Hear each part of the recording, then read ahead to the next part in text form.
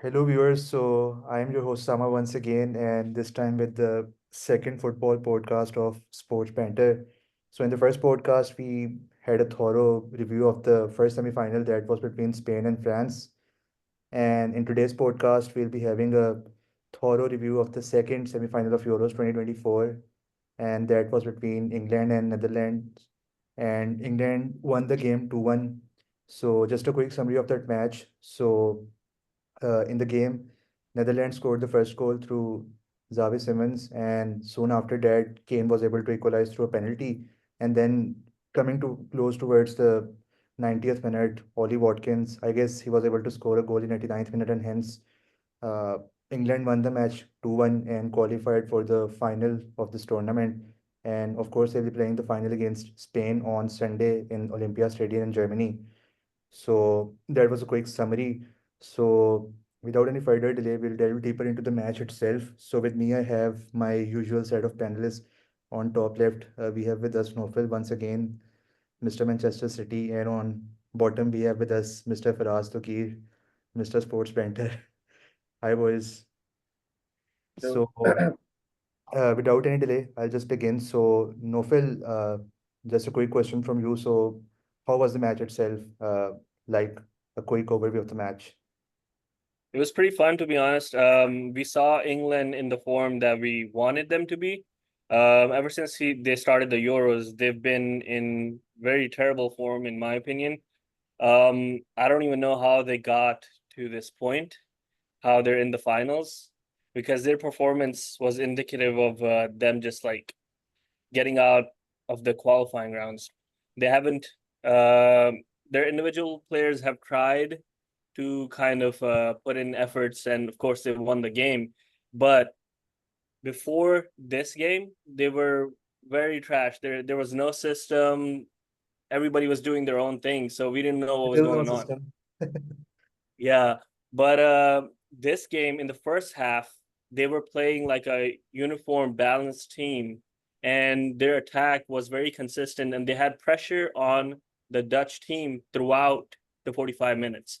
The Dutch team wasn't even able to do anything, and they were just, I mean, of course, they scored the goal, but they were relentless in their pressure. In my opinion, the first half was the first time that they played as a whole team and what we all expected them to play because they have such good caliber players. The second half, the Dutch came back and they kind of became counter attacking. And until the subs were made, when Palmer was brought in and Watkins was brought in, and Palmer gave him the really nice little assist, and that's when Watkins scored the goal. But the first half was amazing. I love the first half as far as I mean, I'm supporting England in Euros, so I wanted them to win, and it was amazing for me to see the team come together and play how they should play. The Dutch team, of course, I have to give them props for getting to the point that they have came to. But at the end, I feel like the team with the better players won because the Dutch, they don't have a lot of depth in their squad, in my opinion. They have good players, but they were all on the field, and their subs. They brought in what's it called? I forgot his name. The tall Horse, Woodwick horse. Wegorst, yeah. But he's all right, but he's not the best player in my opinion. And he didn't really affect this game that much. So overall I feel like England is finally playing the game that they should play, and I hopefully they carry this on in the final too. Okay, so for us, according to Nofil, England was finally able to give us a performance that we expect from them. So if we see the match trajectory, so in their first like 25 minutes, so if you see the bar, they are obviously tilted towards England. And from 25 to 30th minute, there was this brief period where Netherlands played, and then up until the 45 minutes, once again, England dominated.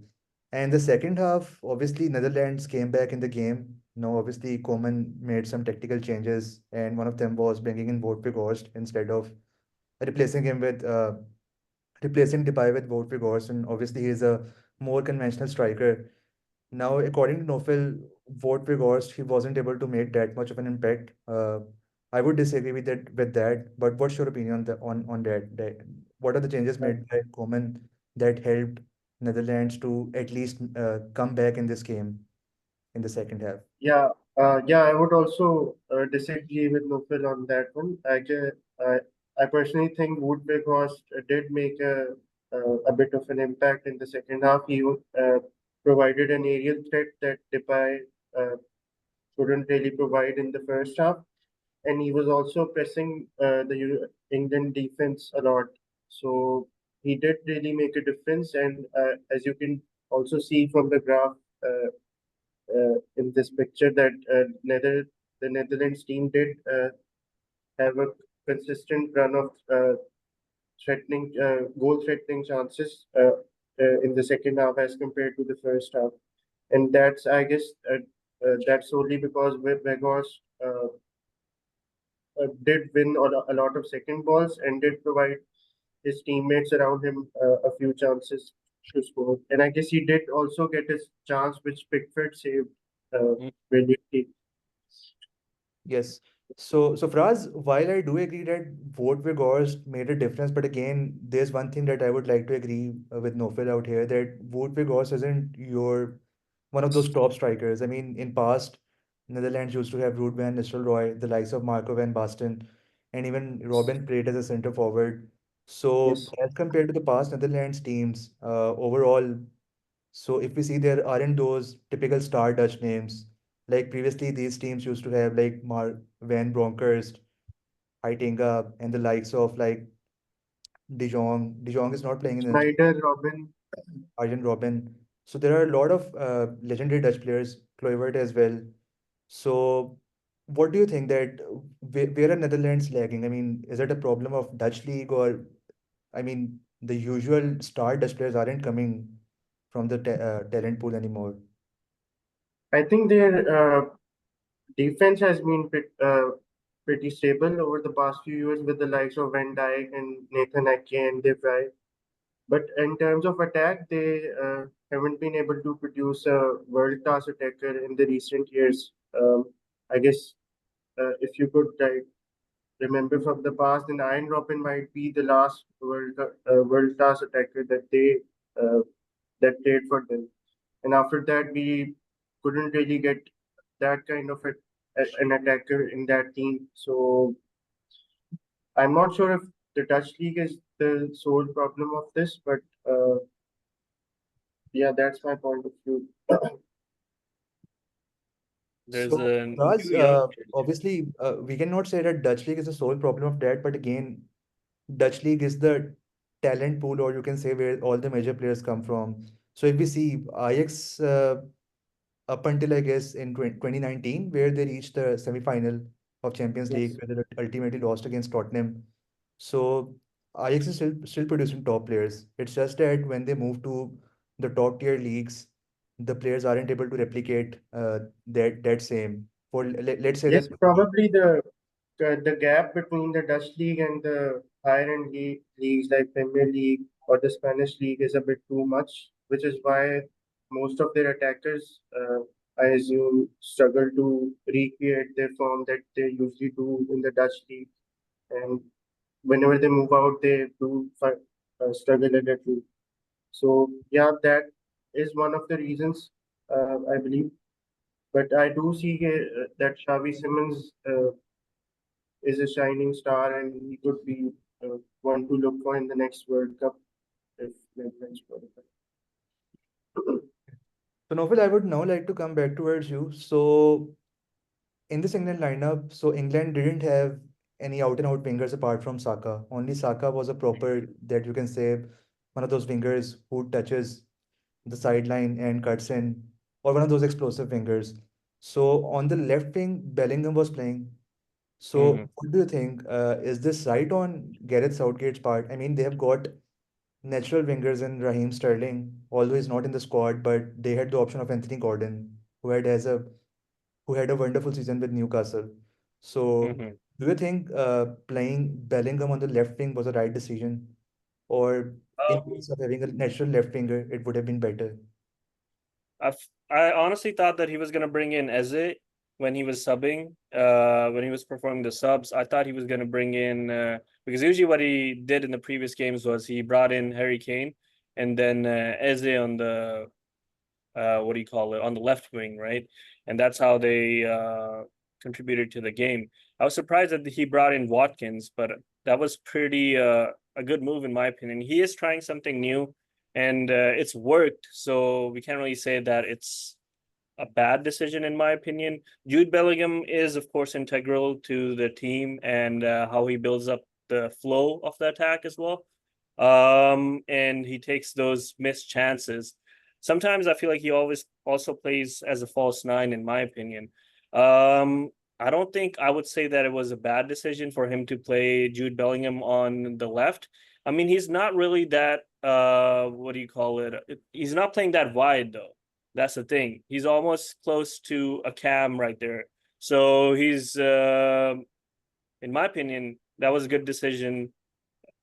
I don't think it's a good decision. I don't think it's a bad decision. It's a neutral decision. It worked for them, so that's good. But we'll see if it works for them down the road. I mean, the next game. Um, Other than that, I feel like Saka is starting to perform finally. He's starting to do something. Last game, he got them the goal that they needed to go to the penalties. So, I mean, all the hype behind Saka is finally paid off. I know my Arsenal supporters over here love Saka, but like he's a good player, but he doesn't always But perform. So that's the thing. I think you should say the same about Foden as well. That's true. That's true. That I was gonna say that. Foden hasn't been playing good at all. He's just been really slow in his attacking and everything. But this game, I don't know what happened. He hit the crossbar a couple of times too, and he tried to make. He got a really good chance too, and it was a really spectacular save by one of the Dutch defenders. That I think it was I don't know who's saved Humphreys. that. Humphreys, yeah, Humphreys saved that goal. So he's been Foden has come back into his game. But I feel like what Southgate is doing, I hope he knows what he's doing and it wasn't just chance. And I hope whatever tactics he made were on purpose. And he takes those tactics and applies it to the final. But as far as all the subs he made, everything that he did in this game, in my opinion, it was a mark of a decent manager. I won't say good because it's Southgate, but we'll see what happens in the final. Okay, okay. Okay, so Fraz, out here we have the heat maps of two of the defensive midfield pairings. I mean, from Netherlands we have Shorten and Reinders, and from England we have your beloved Declan Rice and Kobe Manu. So first of all, if we see the heat maps, obviously the England pair, they have covered a large amount of ground, and they seem to be like covering that exact central area of the pitch. But as compared to them, the defensive midfielders of Netherlands, they have been occupying two separate positions. I mean, one of them is playing a bit higher as compared to the other one. And in case the one who is the defensive one, he's playing much deeper as compared to the one who is playing a bit higher. So, what have you got to say about this defensive midfield pairing? I mean, we can see that England won the battle out here. Yes. So, but still, what's your say on this? Yeah, as you can clearly see from the heat map that both Rice and Menu uh, ran their socks off, and they usually have a higher work rate, so which is why they totally dominated the midfield, especially in the first half. Which is why Ronald Koeman also made an early sub in the first half. I guess he substituted Memphis Depay because he got injured, and he brought Yeah. in Bierman as a third midfielder just to get more control in the midfield. And after that, Netherlands did gain back a bit of control in the midfield. But yeah, overall, Rice and Menu were all over the place. Manu is a really good player in my opinion. He's really young, but he plays with such confidence, just like Cole Palmer in my opinion. That he brings so much confidence to the game that he dominates it. And playing in Manchester United is probably hard too in this. Okay, so now shifting towards the CAM position of the central attacking midfielder position. So personally, I believe that this very position of CAM that is slowly becoming obsolete. Teams aren't opting for this position much anymore. But in this Euros, personally, I've seen that there's been slight shift or tilt back towards this position. So over the last, I think, decade or so, generally teams are following 4-3-3, where they tended to take more control in the central area of the pitch. But out here we had a showdown in which there was a double pivot and then two wingers, or one out and out winger and one like a CM, and then one attacking midfielder. So out here we have two CAMs. From the Dutch side we had Xavi Simons, and from the England side we had Phil Foden. And arguably they both were the best players on the pitch. Foden from the England side and Xavi Simons from the Netherlands side. So Nofil, here's my question from you. So do you think that the CAM position that is slowly getting back into the world of football, or do you think that it's only a matter of time that it goes back into hiding or darkness once again, and once again we'll see the more dominant in recent years, the 4-3-3 formation or the 4-5-1 formation?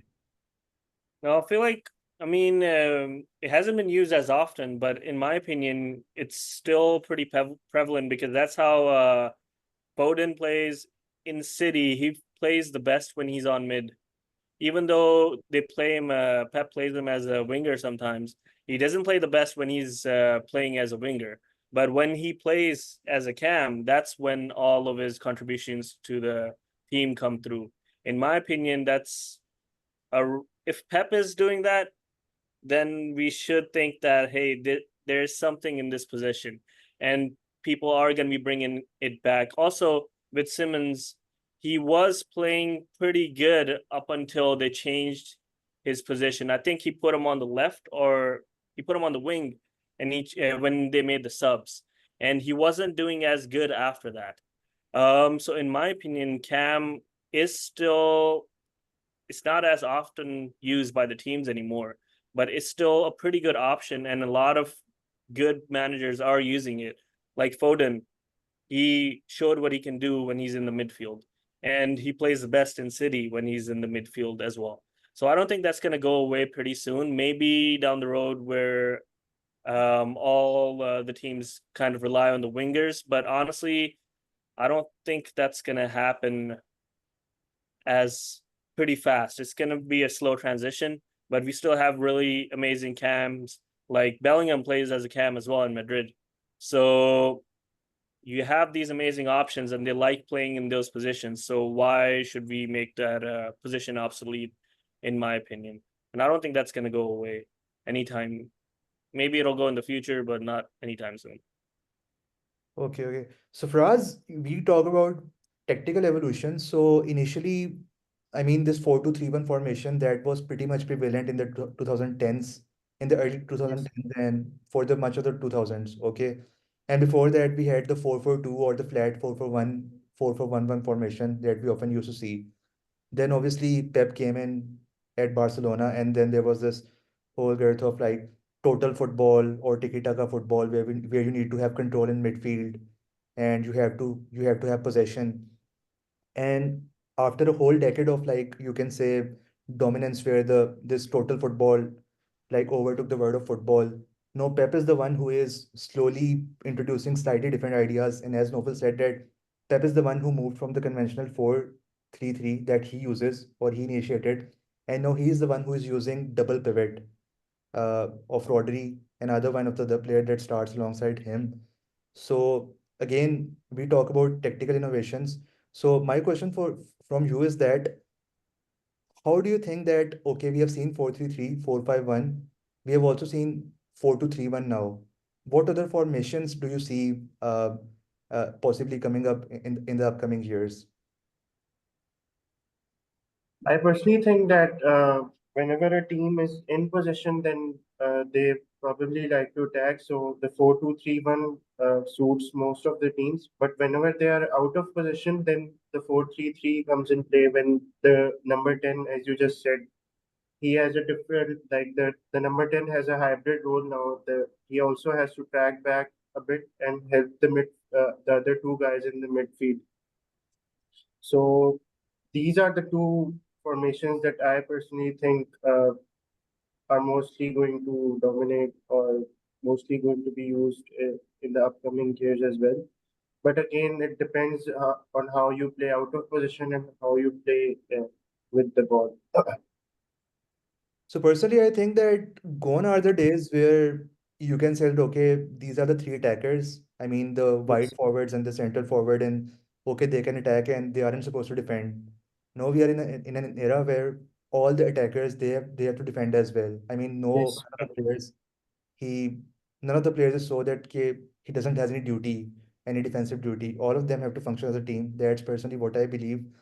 So moving onward, so Nofil, I would come back towards you. So here we have the Dutch captain, Mr. Virgil van Dijk. So he has been ever present for Liverpool and for Netherlands over the last 7 to 8 years, and he finished third, or I guess third in the Ballon d'Or rankings as well. Oh, I guess second in the Ballon d'Or rankings as well.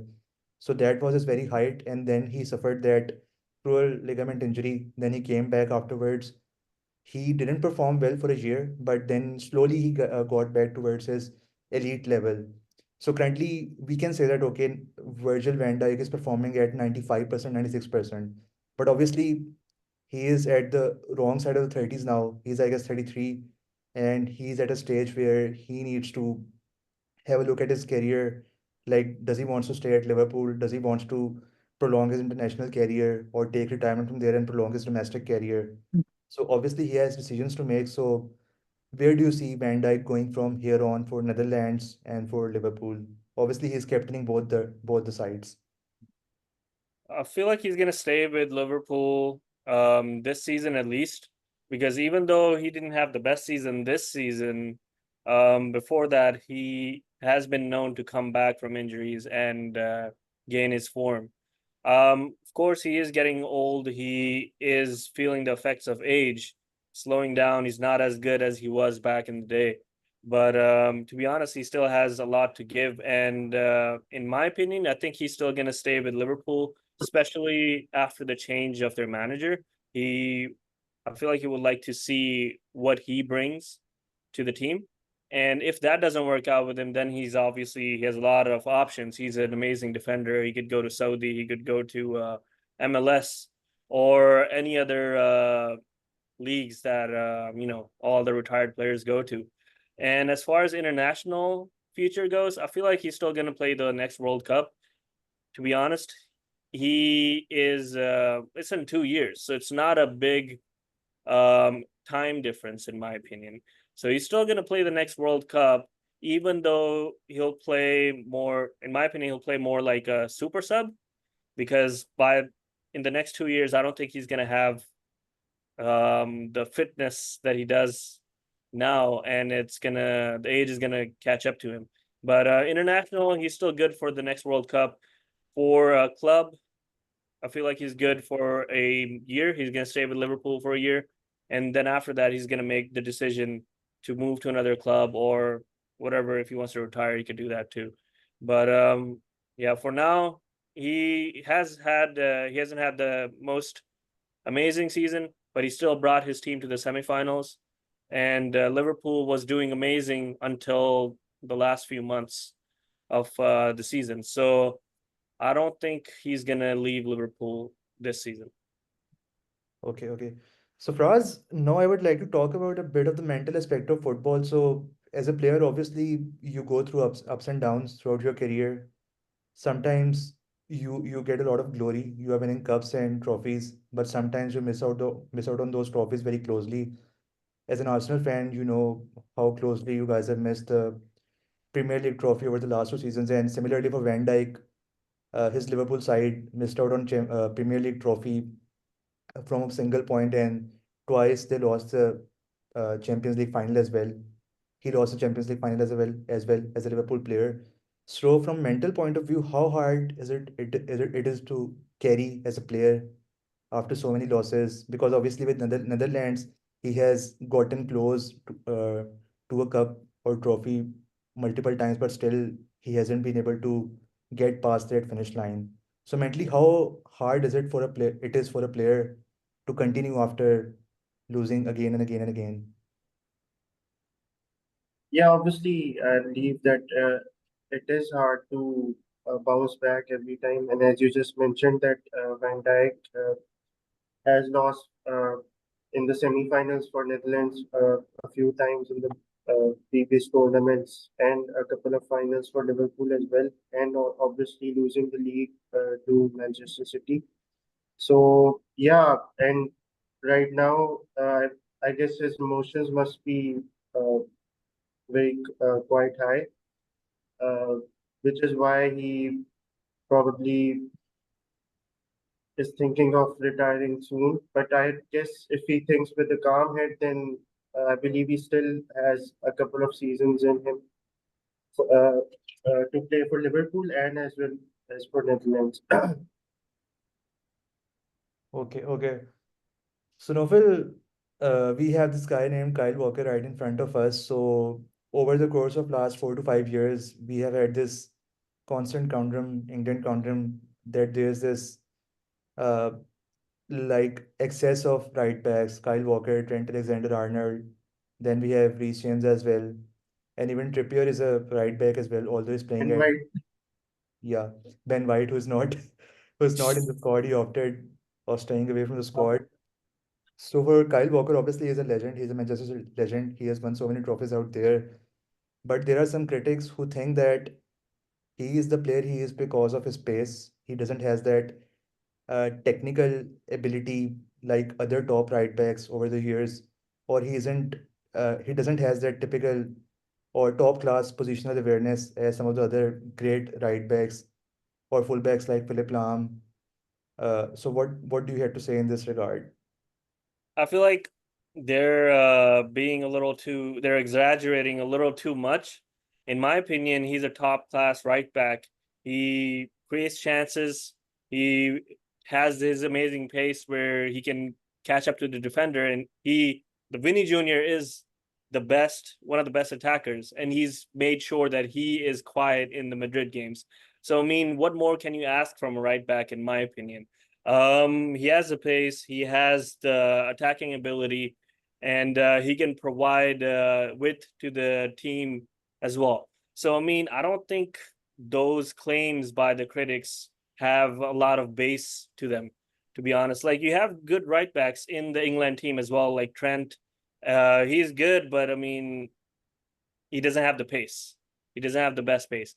Well, Trippier, he's all right, but he's not. Again, he doesn't have that pace. And then what do you call it? What's the Chelsea one? Forget his name, but he's always Reece injured. James. Yeah, he's always injured. Like who else do you have? In my But opinion, again, he's so there have been a couple of times where England have considered and even City have considered because of the lack of positional awareness of Kyle Walker. But again, in the case of Manchester City, since it's a proper juggernaut or well-functioning team, they yeah, don't really care even if one of the defenders isn't performing at the top level or he is missing. And similarly yeah, for England, let's say if tomorrow yesterday England have lost against Netherlands, then we would be having a separate debate that okay, maybe Trent mm, Alexander-Arnold should have started in place of him. So obviously there have been occasions where there have been lapses. yeah. So we cannot say that he has been entirely flawless. Oh no, I'm definitely not saying he's flawless at all. He has, of course, those mistakes, but in my opinion, his good, what he provides to the team, outweighs his faults and the disadvantages that he gives to the team. In my opinion, especially at his age, he's still performing to a level which is world class. In my opinion, of course, he makes mistakes, but you can't argue that a player like this usually around his age start to decline, but he's still very consistent. So you still have an amazing right back on your hands. I feel like even though he has those lapses, they're not as big as what he provides to the team as far as his capability goes. Okay, okay. So Fraz, here's my question from you. This is the last one. So let's say that England has any other measure apart from Gareth Southgate. Gareth Southgate, obviously, he might have a system, but I don't think that's a well-defined system. Okay, At the end, it's more like, let's see what happens. Let's just attack and let's see what happens. So let's say that England has any other manager, let's say, for example, Pep Guardiola or any other proper tactical manager. So do you think that he would start Trent in place of Kyle Walker if you have any of the other top managers? Because obviously Gareth Southgate isn't one of those top tier managers, no matter even if England reach semis and finals again and again. I mean, England isn't a one of those aesthetically pleasing teams or top teams, top quality teams. I think that's a bit of a tough question, but I think Trent Alexander-Arnold, if he's used as an inverted fullback, then he can do a lot with his passing range and all that. Even though he does have his weaknesses as well defensively, but I guess in the inverted fullback role, because of his passing range, I think no, his passing range is probably one of the best, even if you compare it with the likes of any other midfielder as well. And I guess Southgate has also started him in midfield in Yeah. the The first first two games. yeah, first couple of matches. And there have been conversations of starting him for Liverpool in the midfield as well, but we'll see about that later on. Um, I guess this is a tough question. I feel What do like you think? I feel like Pep Who loves I, inverted I, would I fullback. I think that if England gets a manager who is slightly mm, less pragmatic or at least not as conservative as Gareth Southgate, let's say, for example, if they get either one of the likes of Luis Enrique or maybe Oliver Glasner, Crystal Palace's manager, or let's say Jurgen Klopp, he's Liverpool manager, former Liverpool manager, or any other manager from one of the school of thoughts of Ralf Ragnick. I mean, the total football managers or the high intensity or the judge and pressing managers. So I think any one of those managers would start Trent any day because for those managers, it's always attack at the expense of defense. But again, it's we cannot predict. We can only like yes, we don't know what will happen. So Mhm. with that being said, boys, so this is it from the uh, review of the match. So we'll meet in the next podcast where we will do a proper review for the final match between England and Spain. As for the viewers, thank you so much for watching once again. I hope you guys liked the review of the match. And also, please don't forget to subscribe our channel, Sports Panther. And thank you so much for watching once again. Bye. but